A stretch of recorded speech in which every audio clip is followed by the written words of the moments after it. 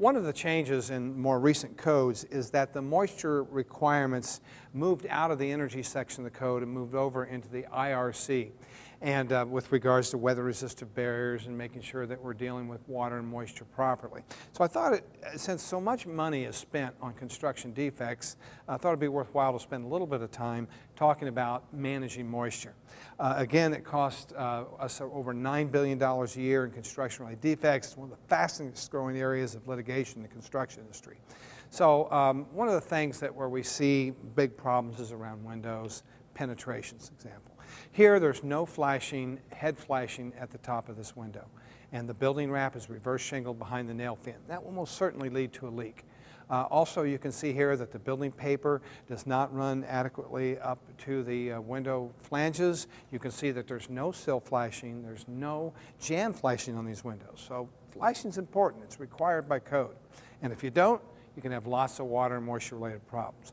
The two big areas where I see water and moisture problems predominantly prevail is around windows and doors and around where roofs intersect walls because of a lack of kick-out flashing. And when you have these water leaks, it's really easy for the water to funnel into the building envelope, but very difficult for it to drain out. So job one is to deflect the water away, make sure that we have adequate drainage away from the structure. Job two is to make sure the wall system can drain as fast as possible. And three, we want to make sure the wall system has the capacity to dry. That's why we want to use vapor permeable materials in the exterior for our building wraps and papers, etc., so that if water does get behind them, it has the capacity to dry out. So when we think about making the building work from a moisture management perspective, we want to deflect the water away from the roof, deflect it from the walls, and deflect it away from the foundation. And then any water that does get into the system, we want it to have the capacity to drain and get away. This might be a little bit too much of a slope, huh?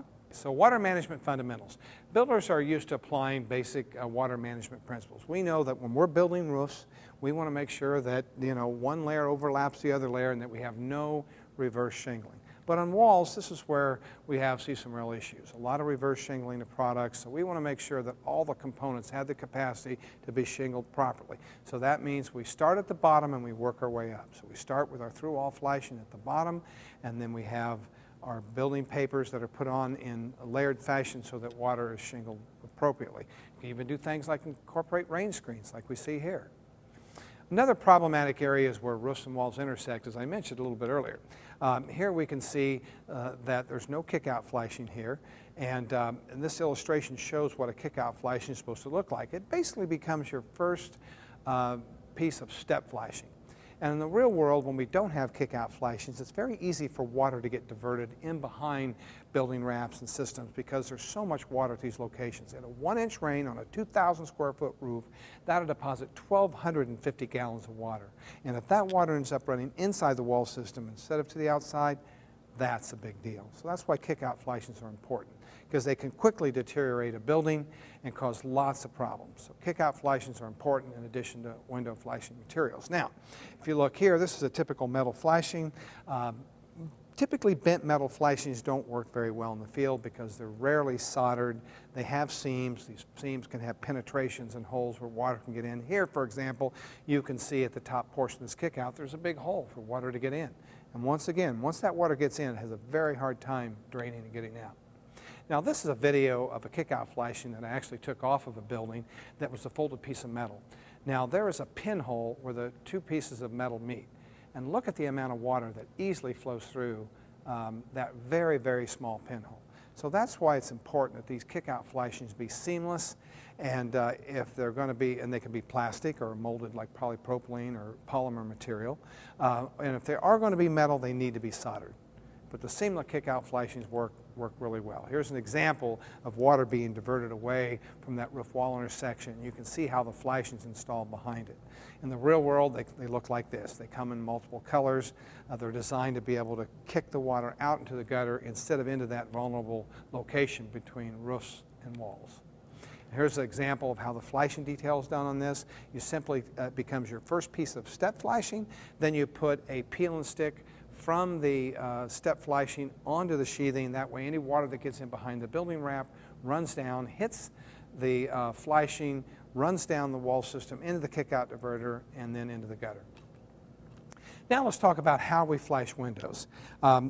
Windows are probably the biggest area for wall leaks, and they're very easy and simple to flash correctly. So we start out with our building wrap, and then we cut a pattern in the building wrap like this. We don't X-cut. We lift the flap up at the top of the window, as you see here in the illustration, all the way to the right. And then we take the building wrap, we fold to the inside. Then we put our sill flashing on. Sill flashing always goes on first. And you can see here, this is a flexible sill flashing that totally protects the entire window area. It's seamless, so that's always good. And then the bead of sealant runs around 3 sides of the window, not at the sill, at least at the front of the window. And then we have our jam flashings that are applied to the sides of the window. And then our head flashing goes on, and it's always a good idea to use a peel and stick that goes from the nail fin of the window at the head onto the sheathing. That way any water that gets in behind the building wrap runs down, hits that peel and stick, and runs to daylight. Then we put our building wrap over the top of that and tape the sides so that the wind does not blow the building wrap up.